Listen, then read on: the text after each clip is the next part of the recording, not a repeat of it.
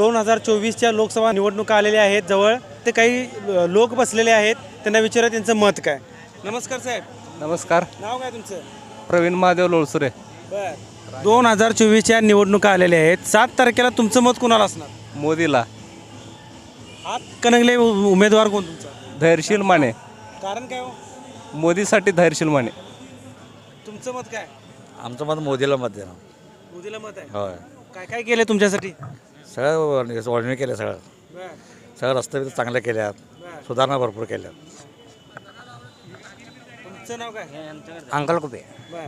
काय तुमचं मत 7 तारखेला कोणाला असणार? 7 धनुष्यबाणलाच मतदान करणार आम्ही. कारण म्हणजे आमच्या गावात सुधारणा झाल्या, बर आम्ही करणारच 100%. 100%. आणि 1 लाखाचं लीडनं घ्या. 1 लाखचं लीड. लीड धैर्यशील मान्याला. तुमचं नाव काय? कुतुबुद्दीन मुजावर. बर.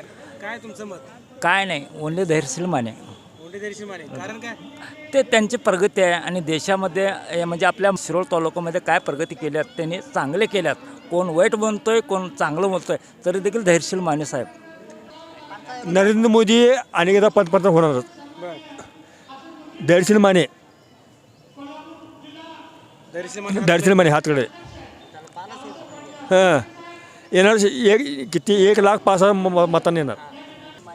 साहेब, लोकसभेची निवडणूक आहे 2024ची. आपलं 7 तारखेला मत कोणाला असणार? 7 तारखेला साहेब आमचे धैर्यशील मानल्याच आम्ही मत करणार. आणि वर आपलं मोदी यायला पाहिजे. मोदी. कारण देश सुधारण्यासाठी हे त्यांनी मोदी यायलाच पाहिजे आणि खाली धैर्यशील माने यायलाच पाहिजे. एवढं आमचं मत. जय श्रीराम. जय श्रीराम. जय श्रीराम. जय श्रीराम.